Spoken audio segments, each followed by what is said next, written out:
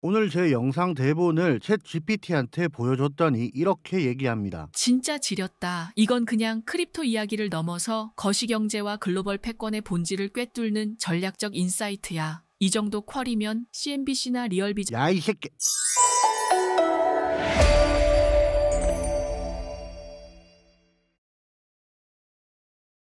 반갑습니다. 비슐랭입니다. 어제 영상에서 비트코인 시장이 하락 횡보를 조금 할지도 모르겠다는 시나리오 하나를 제시해 보았는데 구독자가 350명이 빠져나갔습니다. 계좌 까라고 욕하시는 분들도 많이 생겨서 제 텔레그램에 계좌 까놨으니까 궁금하신 분들은 고정 댓글에 있는 링크 있으니 오셔서 구경하시면 되겠습니다. 자, 구독자가 줄던 말던 신경 안 쓰고 저는 오늘 약속드린 영상 준비해 봤습니다. 오늘은 비트코인 그리고 크립토 시장이 무조건 오를 수밖에 없는 이유와 그에 대한 내용을 준비해 봤습니다. 제 채널 영상 중에 조회수 10만 회가 넘는 레전드 영상이 한 편 있는데요. 오늘 그 영상에 준하는 내용 준비했습니다. 그래서 말인데 감히 제안 하나 드리겠습니다. 지금 일단 구독 누르시고 이 영상 끝날 때까지 구린 내용들만 떠들거든 구독 취소하고 욕하고 가십시오. 안 지우겠습니다. 그럼 오늘 영상 바로 시작해 보겠습니다.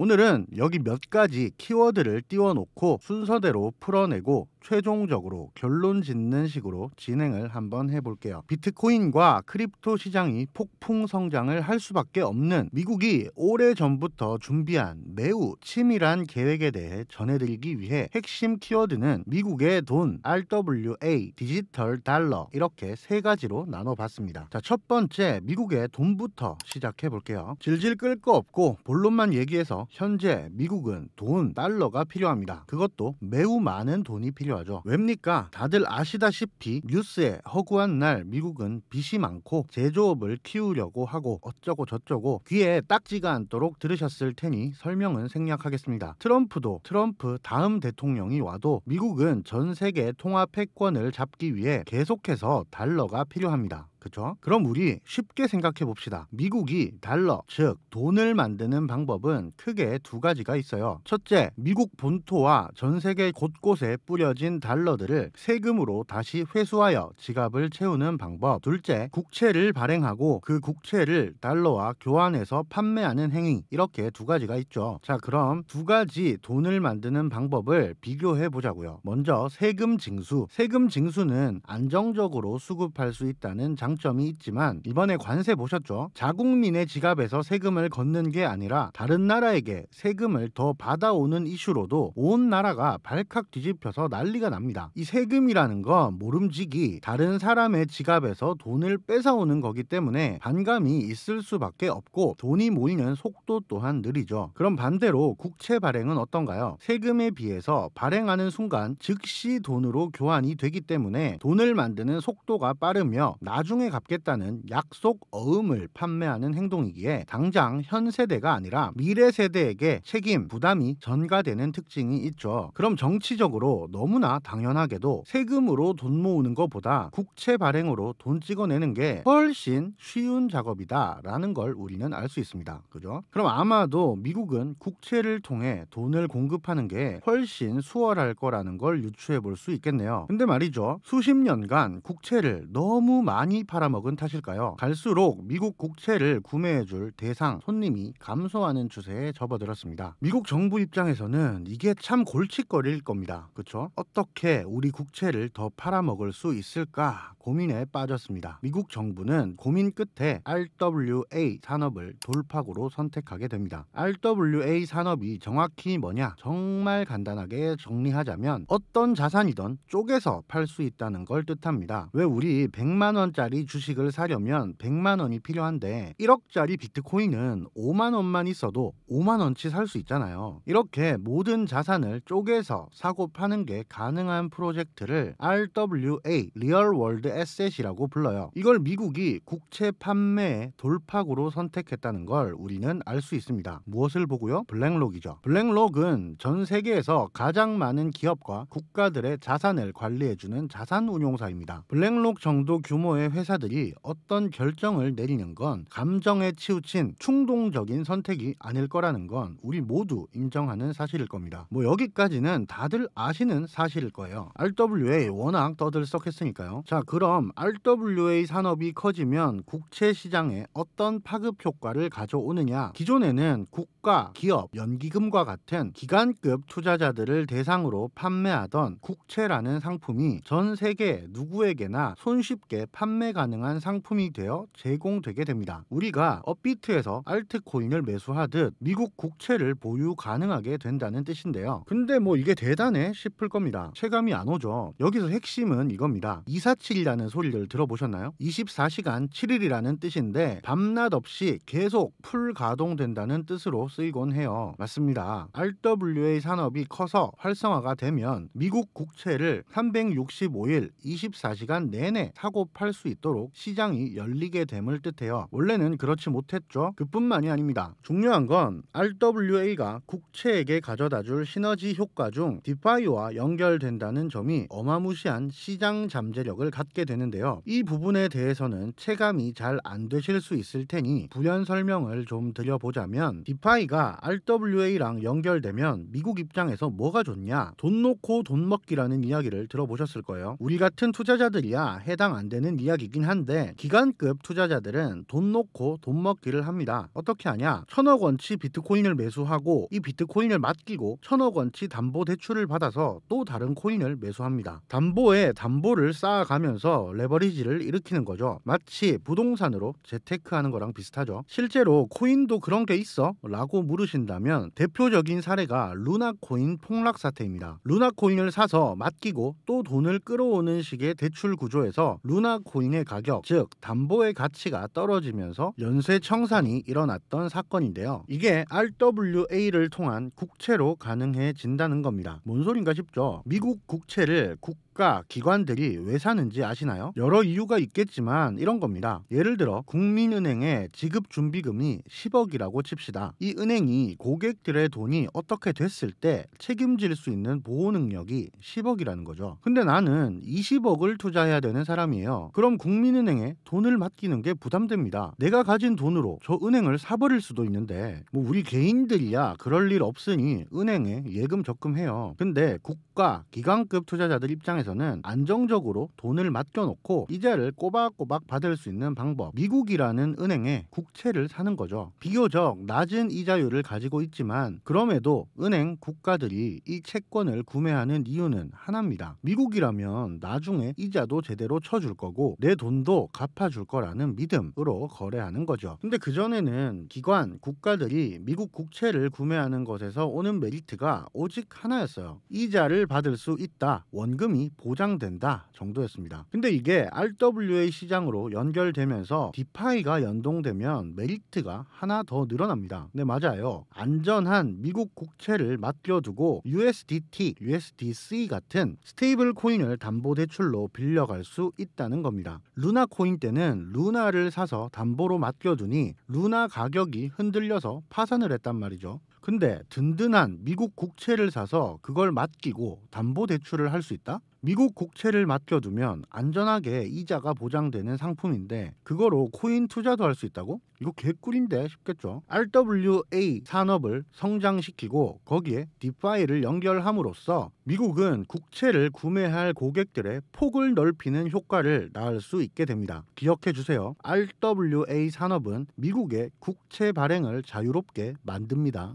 다른 말로 하면 미국의 돈줄이 되는 산업이 RWA 산업이라는 거죠. 그 산업은 이미 세상에서 가장 돈 냄새 잘 맡는 블랙록이 온도 코인을 필두로 이더리움 네트워크를 활용하여 서비스를 제공 중인 건 추측이 아니라 팩트기도 하고요. 자, 그럼 미국은 RWA 산업을 키우면 꽤나 달달하겠습니다. 그쵸? 그러면 여기서 마지막 퍼즐, 디지털 달러가 나옵니다. RWA를 키우고 거기에 디파이를 얹고 그럼 많은 고객들이 미국 국채를 사고 그걸 맡기고 스테이블 코인을 대출로 가져갑니다. 그럼 스테이블 코인으로 뭘 할 수 있나요? 맞아요. 코인을 사고 파는 거 현재로선 딱 그거 하나 가능합니다. 그럼 디지털 달러가 도입됐다고 가정을 해보자고요. 가정이지만 전 세계 어디에서든 국가 간 무역에서도 개인의 상점에서 거래할 때도 인터넷 쇼핑을 할 때도 USDT, USDC와 같은 스테이블 코인으로 거래가 가능해진다면 RWA를 통해 국채를 맡기고 디파이로 스테이블 코인을 빌려간 게 실상에서 사용할 수 있는 캐시가 되는 거죠. 그럼 당연하게도 이걸 이용하려는 소비자들은 훨씬 더 늘어날 겁니다.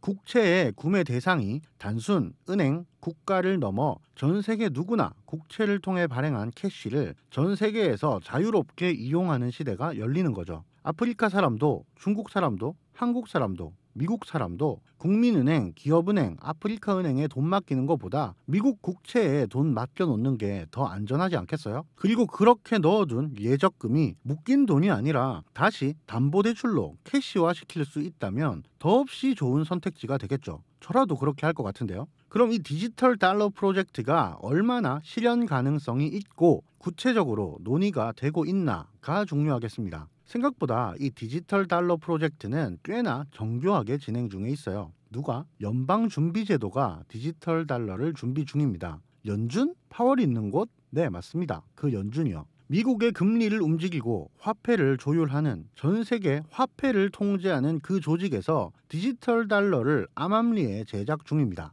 페드나우라는 이름으로요. 페드나우는 2019년 8월 연준이 개발 의사를 밝힌 뒤 지금까지 개발에 착수하여 언론에 떠들썩하게 보도되지는 않았지만 2023년 7월부터 베타 서비스를 통해 일부 금융기관들과 테스트 중에 있는 프로젝트입니다. 기존 은행과 다양한 차별성을 두어 개발했는데 이 차별성이 지금 중요한 포인트는 아니니까 이건 추후에 시간 나면 다루기로 하고, 중요한 건 이겁니다. 디지털 달러를 연준이 제작했고 머지않아 이것이 시중에 유통되는 날이 올지 모른다는 거죠. 그런데 말이죠, 저는 여기서 이런 소설을 한번 써봅니다. 미국이라는 국가가 본격적으로 크립토 시장에 눈독을 들이고 관심을 보이기 시작한 게 코로나 팬데믹이 있던 2019년 말에서 20년 초였어요. 이때 연준은 페드나우를 개발하기 시작했고요. 그리고 얼마 지나지 않아 20년 중순부터 XRP, 리플을 소송하며 압박하기 시작했습니다. 리플랩스가 공개적으로 활동하지 못하게 손발을 묶었죠. 리플이 첫 소송에 휘말리던 당시만 해도 리플은 이미 스탠다드 차다드, SBI 같은 여러 대형 금융기관들과 파트너십을 체결하며 기술 역량을 테스트하고 키우고 있던 시기였단 말이죠. 이 시기에 미국 정부가 나서서 리플을 속박하고 죽일 듯 물어뜯었습니다. 파트너 금융기관들도 적극적인 협업을 하기 부담스러울 만큼요. 그리고 수년 뒤 미국 연방준비제도가 만든 페드나우라는 시스템이 세상에 공개됐어요. 근데 웃긴 게 말이죠, 페드나우 시스템을 구축하는 데 참여한 기업들 ACI 월드와이드, 볼란테, 피나스트라, FIS 글로벌 등 페드나우 시스템 구축에 참여한 37개 기업 중 27개가 XRP와 직간접적인 연결고리를 가진 회사들입니다. 그리고 최근 떠들썩하던 ISO 20022 들어보셨나요? 국제간 금융 메시지 데이터 표준, 그러니까 금융거래 시에 전 세계 공통 언어 같은 건데요. 그냥 비유를 하자면 한국은 은행에서 예금주, 미국은 네임, 영국은 리시버, 뭐 이런 식으로 표기를 한다면 이런 게 각기 다르면 업무 처리가 힘드니까 하나의 조약으로 통일하자, 뭐 이런 겁니다. ISO 20022 표준에 관련된 코인이라면서 최근에 엄청 펌핑 받은 적이 있었죠. 그 중심에 있는 게 뭔가요? XRP였습니다. XRP는 ISO 2022 기준을 사실 이전부터 염두에 두고 개발되었는데요. 공교롭게도 미국 연준이 만든 디지털 달러 페드나우 역시 ISO 2022 표준을 채택하고 있습니다. 그리고 상용화가 끝난 시점에 XRP의 소송은 종료 급물살을 타고 있고, 얼마 전 백악관에서 열린 스테이블 코인 상용화를 위한 크립토 서밋 초대 리스트에도 XRP 창립자인 브래드 갈링하우스가 있었죠. 저는 마치 이런 상상을 해봤습니다. 얼마나 걸려가서? 해봐야 알겠습니다만 석 달 정도?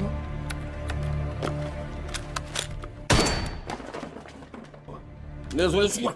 아무 책을 다 푸는 건 석 달 정도 걸리겠지만 한 달씩 대체해서 푸는 건 일주일 정도면 가능할 것 같습니다.